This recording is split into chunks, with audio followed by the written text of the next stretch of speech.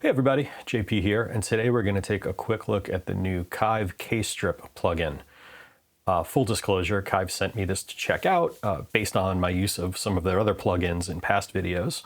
I have no official affiliation with them whatsoever, but this is a really cool idea. Today we're going to focus mainly on the EQ and the saturation side. I just haven't really had enough time to dive into the dynamics, so we'll get to that at a later date. But each one of these sections, the input saturation, the EQ, and the compression, you have selectable modes from Neve style to API to SSL. So you could use any combination of them that you like, which is really fantastic. And they all have a unique character. So why don't we just dive in? I've got it on the guitar bus. I thought that was probably the best way to go through the full range of it. And basically I have the same settings on all three. And it's the settings that I've been using on the massive passive on my bus, which is 2 dB at 2.2K, 2 dB at 820 Hertz, and 2 dB at 270. So I've got that set through all of these so we could hear their individual characters. And then later on we will check out how it tightens up the low frequency compared to the SSL E-channel that we've been using for all that. So.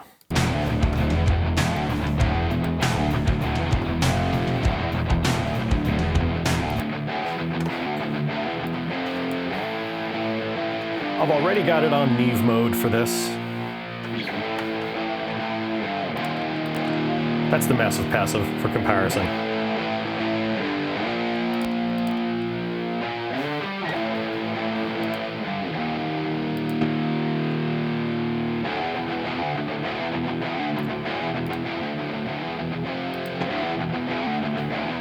So it's definitely got that Neve color, especially in the upper mid-range.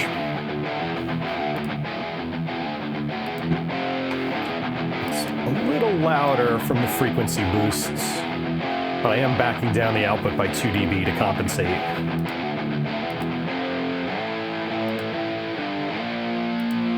Yeah, that might be a better way to A/B it.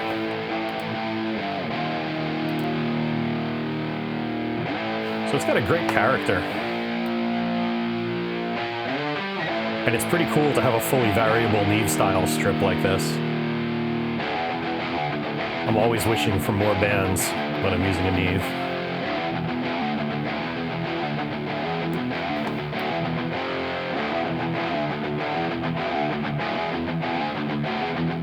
So they definitely nailed the character without any of the limitations, which is really nice.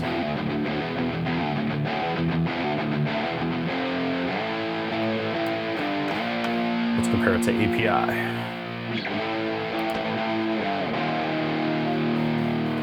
So, same settings, 2 dB, 2.2K, 2 dB, 820, and 2 dB at 270.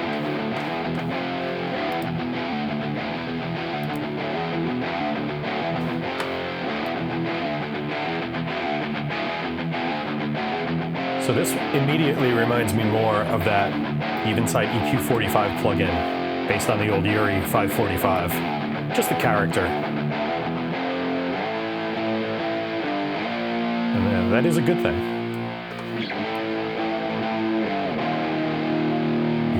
You could hear how the Q of the lows is a little bigger than the Neve comparatively.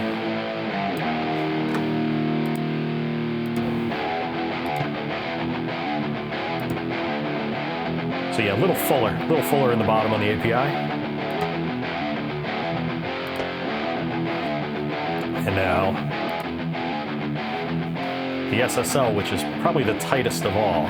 I'm assuming this was modeled after a black knob SSL circuit, at least if we're going by visuals.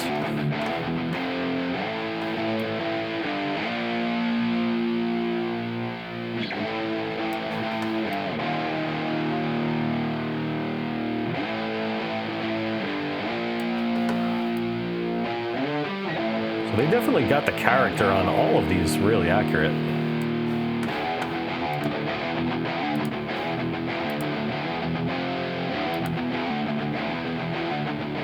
SSL tightens things up just like you'd expect.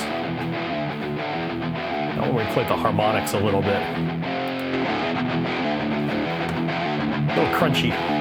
Reminds me of System of a Down right off the bat. And that's only 2 dB.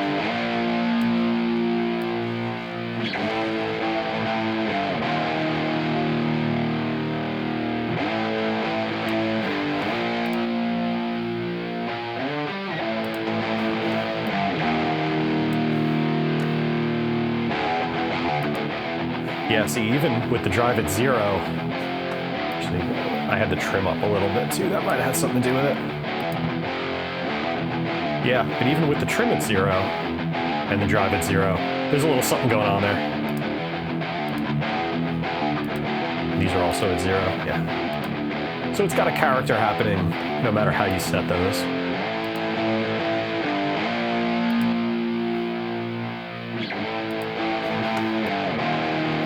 See if that's the same. Close to 0.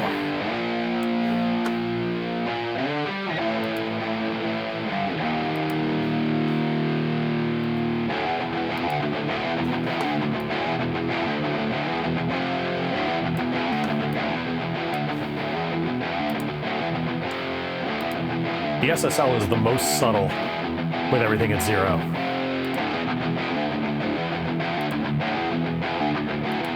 Neve is probably the most aggressive. That jump from the SSL to the Neve is big.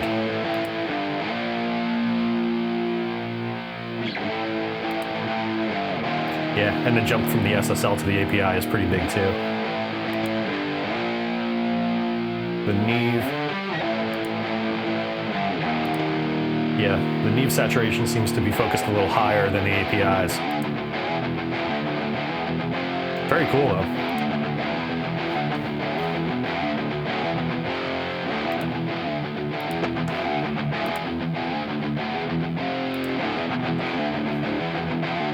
So yeah, I would find this super useful. Again, the first thing it reminded me of was those System of a Down guitars, which are a little crunchy on top of the amp gain. The first album from System of a Down, that is, the Dave Sardi, Sylvia Massey album, which is a favorite of mine. So now, why don't we check out what the bottom, you know what? I'm gonna bypass it just to avoid any extra coloration there. So this is the low frequencies. Filtering out below 220 and boosting 80. I'm sorry, boosting 100. Now, one difference that I found right off the bat when I was setting this up compared to the E channel, the high-pass filters are in the same spot. 220 is the same on both of them. As you know, in another EQ comparison video I did, we found 220 to be quite off from the other unit. But what I noticed here is where I usually go 8 to 9 dB on the 100 hertz boost, I didn't have to go as much here. It became way too much. So it's a bit of a stronger push. I don't know if that's the Q they modeled. I did find the brown EQ circuit on the SSL was a bit closer. So maybe that is the one they modeled, I'm not sure.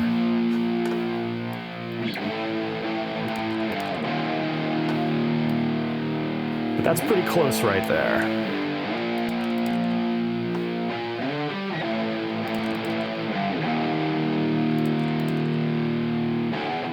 And if I boost this up to 8 or 9, you can hear how it's way too much.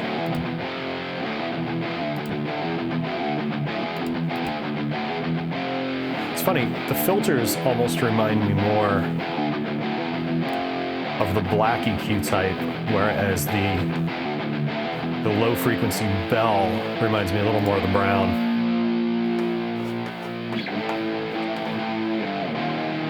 Interesting.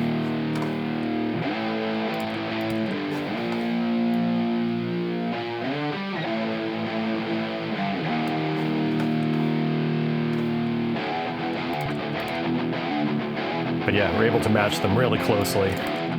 And I don't have it set up here for a null test, but I did do a null test, and it's pretty close. It's a lot closer, actually, than the even-side EQ45 was to the SSL. But then again, that is a completely different circuit.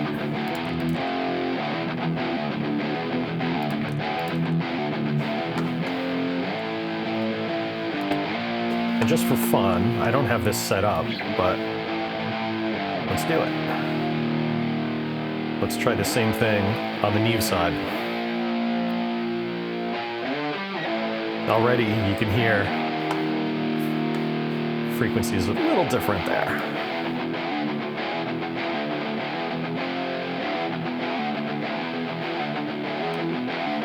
I do wish there was an easier way to dial in the exact settings. Maybe there is, and I just haven't figured it out yet.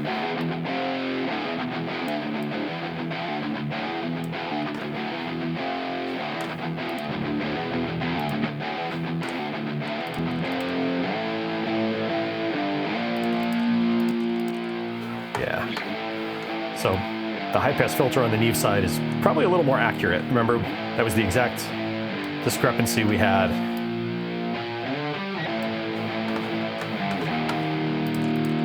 Yeah, that's closer. So that kind of makes sense that the high-pass filter on the Neve might be a little more close to the numbers than the SSL side, as is evidenced by various SSL plugins. I like that. It sounds really good doing that with the Neve. Just for fun, let's do it with the API. Let's assume 120 is accurate on the API. We'll see if we can prove it.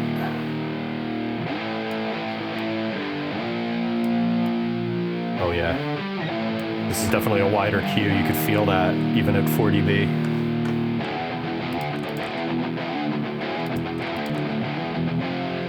Yeah, a little more movement in the bottom on that.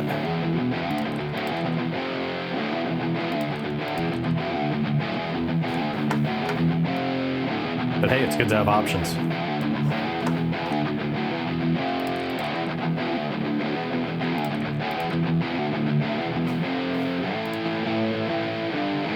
Yeah, that's nice.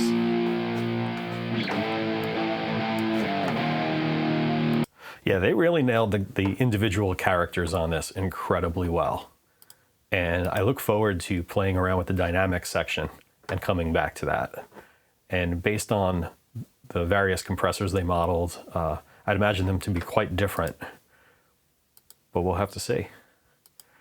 So yeah, we'll have that coming up soon. I think I'm going to try to do, in addition to some of the production and engineering techniques videos, I'm going to try to do a plugin video like this once every week or two. I think that'll be a fun thing to do, kind of like the Evenside EQ45 last week. All right, so thanks again for watching. Please like, comment, subscribe. Guys, your subscriptions and comments and likes and contributions, you guys keep it going. I have some really cool things planned. I'm going to be on camera for some stuff coming up soon too, some different miking techniques and things like that. So hope you all enjoy it. All right, thanks a lot, guys.